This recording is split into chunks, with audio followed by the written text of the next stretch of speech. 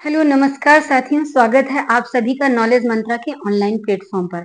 जैसा कि आप सभी जानते हैं कि हमारी चर्चा हो रही है वर्धन साम्राज्य से संबंधित जो इम्पोर्टेंट इवेंट है इसके बारे में हम आपसे चर्चा कर रहे हैं।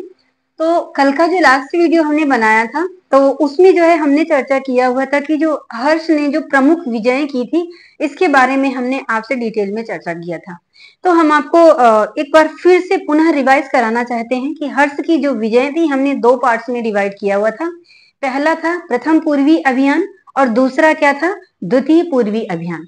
तो उसने प्रथम पूर्वी अभियान के अंतर्गत किन किन राज्यों को जीता था, तो एक बार आपको हम रिमाइंड कराते हुए चलते हैं लास्ट वीडियो का, ताकि आज के वीडियो के साथ में हम आपको आसानी से जोड़ सके और आपकी जो होने वाली क्लास है ये बहुत इंजॉयफुल हो सके। ठीक है, तो हमने प्रथम पूर्वी अभियान के अंतर्गत आपके साथ चर्चा किया था कि प्रथम पूर्वी अभियान के अंतर्गत कौन कौन से राज्यों को जीता। तो वो राज्य थे समस्त उत्तर प्रदेश, पश्चिमी बिहार, और क्या था, बल्वी विजय भी आता है, और फिर क्या आता है, सिंध विजय, और जो चालुक्य नरेश पुलकेशिन द्वितीय के साथ उसका जो संघर्ष हुआ था, तो ये जो है प्रथम पूर्वी अभियान के अंतर्गत आता है। ठीक है, तो आई होप ये आप बहुत अच्छे से ये चीज समझ गए होंगे कि अगर पूर्वी अभियान के बारे में पूछता है कि हर्ष ने पूर्वी अभियान के अंतर्गत किन किन राज्यों को जीता, तो इसमें आपको अब डाउट्स नहीं होना चाहिए। ठीक है, अब हम जो द्वितीय पूर्वी अभियान जो करता है, तो द्वितीय पूर्वी अभियान के अंतर्गत उसने कौन कौन से राज्यों को जीता था या कहां कहां से उसने वैदेशिक संबंध स्थापित किए थे, इसके बारे में हम आपसे डिटेल में चर्चा करते हैं।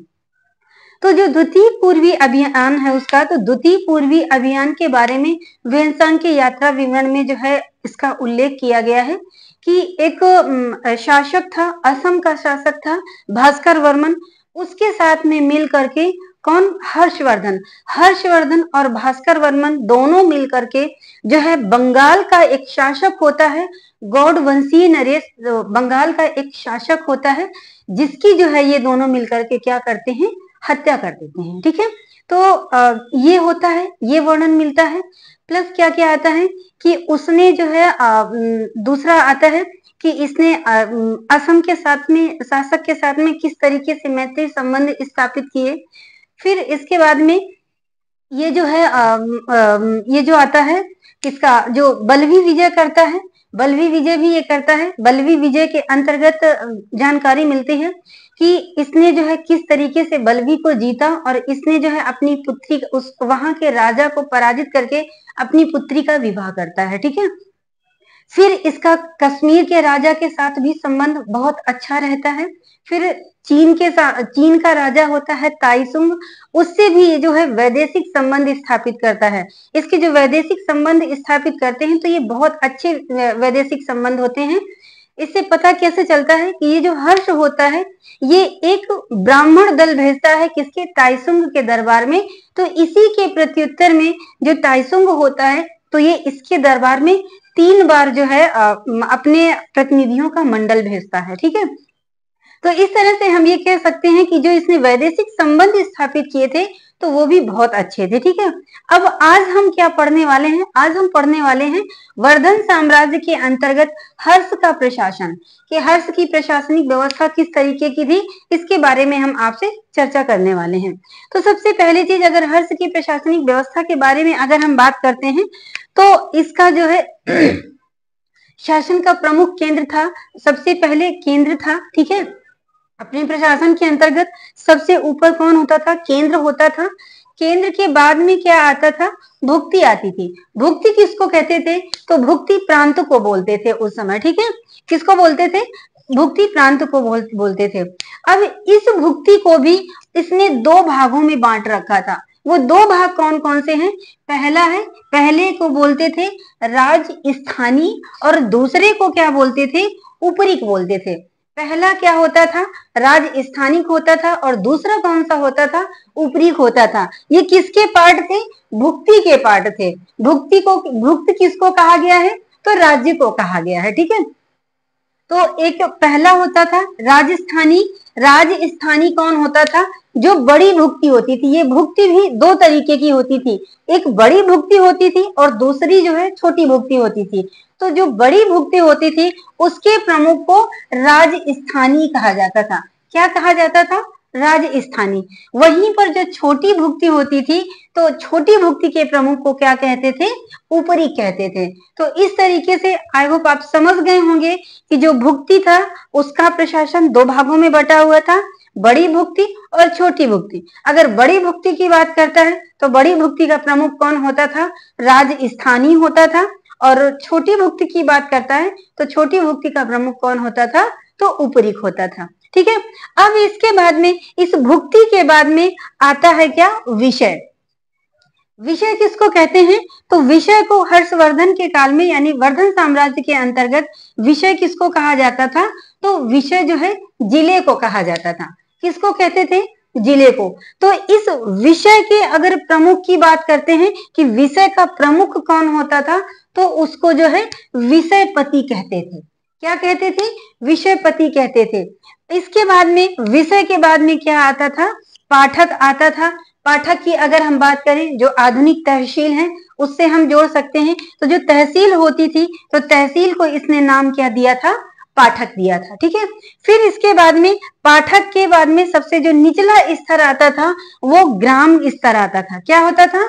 ग्राम स्तर होता था। इस ग्राम को किस नाम से जानते थे? तो इस ग्राम को जो है महत्तर के नाम से जानते थे। तो आई होप आप बहुत अच्छे से समझ गए होंगे कि किस तरीके से हर्ष की प्रशासनिक व्यवस्था चल रही थी और कौन कौन से पार्ट होते थे। तो एक बार फिर से हम आपको रिवीजन कराते हुए चलते हैं कि सबसे पहले केंद्र था। केंद्र के बाद में सर्वोच्च जो है, केंद्र के बाद में केंद्र पर कौन होता था? केंद्र पर जो है, केंद्र का प्रमुख कौन होता था? राजा होता था। इसके बाद में केंद्र को जो है, केंद्र के बाद में भुक्ति का नंबर आता है, भुक्ति होती थी। इस भुक्ति को दो भागों में बांट रखा था। दो भाग कौन कौन से होते थे? एक होता था बड़ी भुक्ति और दूसरी होती थी कौन सी? छोटी भुक्ति। तो बड़ी भुक्ति के प्रमुख को क्या कहते थे? तो बड़ी भुक्ति के प्रमुख को राजस्थानी कहते थे। वहीं पर अगर छोटी भुक्ति की बात करते हैं तो छोटी भुक्ति के प्रमुख को क्या कहा जाता था? तो छोटी भुक्ति के प्रमुख को जो है कहते थे ऊपरी। ठीक है। ये रही भुक्ति की बात। अब भुक्ति के बाद में आता है किसका? विषय का। विषय किसको कहा जाता था? आधुनिक डिस्ट्रिक्ट से यानी प्रेजेंट टाइम पे आप कोरिलेट कर सकते हैं जिले से। इसको क्या कहते थे? विषयपति, विषय कहते थे। और इस विषय का प्रमुख कौन होता था? तो विषयपति होता था। ठीक है। अब विषय के बाद में, विषय के नीचे जो आते थे वो क्या आते थे? पाठक होते थे। पाठक को क्या, किस नाम से जाना जाता है? आधुनिक तहसील से हम जोड़ सकते हैं। फिर कौन होता था? प्रशासन स्तर का सबसे निचला स्तर कौन सा होता था? तो ग्राम होता था। इस ग्राम को किस नाम से जानते थे? तो इसको महत्तर भी कह सकते हैं। ठीक है। तो इस तरीके से हमने क्या कंप्लीट किया? हर्ष की जो प्रशासनिक व्यवस्था थी कैसे कैसे चल रही थी, इसके बारे में हमने आपसे डिटेल में चर्चा किया। अब हमारे लिए जानना ये आवश्यक है कि जो इसकी प्रशासनिक व्यवस्था के बारे में अगर वर्णन किया है सिर्फ और सिर्फ केंद्र के बारे में, केंद्र, ये जो केंद्र है इसका, तो इसका जो केंद्रीय प्रशासन है, तो सिर्फ और सिर्फ केंद्रीय प्रशासन के बारे में कहाँ कहाँ वर्णन किया गया है? तो इसके संबंध में जो है हर्ष के केंद्रीय प्रशासन के संबंध में सबसे पहले वर्णन मिलता है बाणभट्ट की हर्षचरित में। ठीक है। दूसरा क्या है? वेनसांकर यात्रा वृत्तांत है। तीसरा क्या है? बांसवाड़ा ताम्रपत्र। और चौथा क्या है? मधुबन ताम्रपत्र। ये चार ऐसे विवरण हैं जहां पर हर्षवर्धन के सिर्फ और सिर्फ केंद्रीय प्रशासनिक व्यवस्था के बारे में जानकारी मिलती है। यानी कि ना भुक्ति की मिलती है, ना विषय की मिलती है, ना पाठक की मिलती है और ना ग्राम की मिलती है। मिलती कहाँ की है यहाँ पर जानकारी? सिर्फ और सिर्फ केंद्र की मिलती है। ठीक है। समझ गए ना आप लोग? तो इस तरह से इसकी जो है प्रशासनिक व्यवस्था थी। हालांकि हर्ष ने अपनी प्रशासनिक व्यवस्था में बहुत कुछ बदलाव नहीं किए थे। इसने जो है जो गुप्तों की प्रशासनिक व्यवस्था थी उसी को जो है अपना लिया था और थोड़े बहुत परिवर्तन करके, चेंजमेंट करके जो है वो क्या करने लगा था? शासन प्रशासन करने लगा था। ये ऐसा विवरण कहाँ पर मिलता है? तो ऐसा विवरण जो है इस तरीके के वेन के यात्रा वृत्तांत में पाया जाता है। ठीक है, अब इसके बाद में सबसे पहली चीज हम बात करते हैं केंद्र के बारे में कि केंद्र के अंतर्गत कौन कौन सी संस्थाएं थी और कौन इसका प्रमुख होता था। तो अगर केंद्र की बात करते हैं तो केंद्रीय प्रशासन का सर्वोच्च कौन होता था?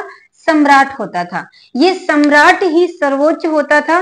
कोई भी डिसीजन लेने होते थे, सारे डिसीजन जो है सम्राट पे ही टिके होते थे। ठीक है, यही शासन प्रशासन का जो है सर्वे सर्वा होता था।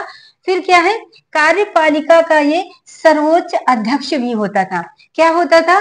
कार्यपालिका का सर्वोच्च अध्यक्ष। मैंने बोला ना कि शासन प्रशासन के बारे में कोई भी डिसीजन लेना होता था, राजा ही लेता था। ठीक है, और किसी का हस्तक्षेप नहीं होता था इसमें। तो इसमें कार्यपालिका का सर्वोच्च अध्यक्ष होता था, तो कौन होता था? ये राजा होता था। और इसके बाद में जो न्यायालय का मुख्य न्यायाधीश होता था और सेना का प्रधान सेनापति जो होता था, वो कौन होता था? स्वयं राजा ही होता था। कौन होता था? स्वयं राजा ही होता था। चाहे सर्वोच्च न्यायालय का न्यायाधीश हो या सेना का सर्वोच्च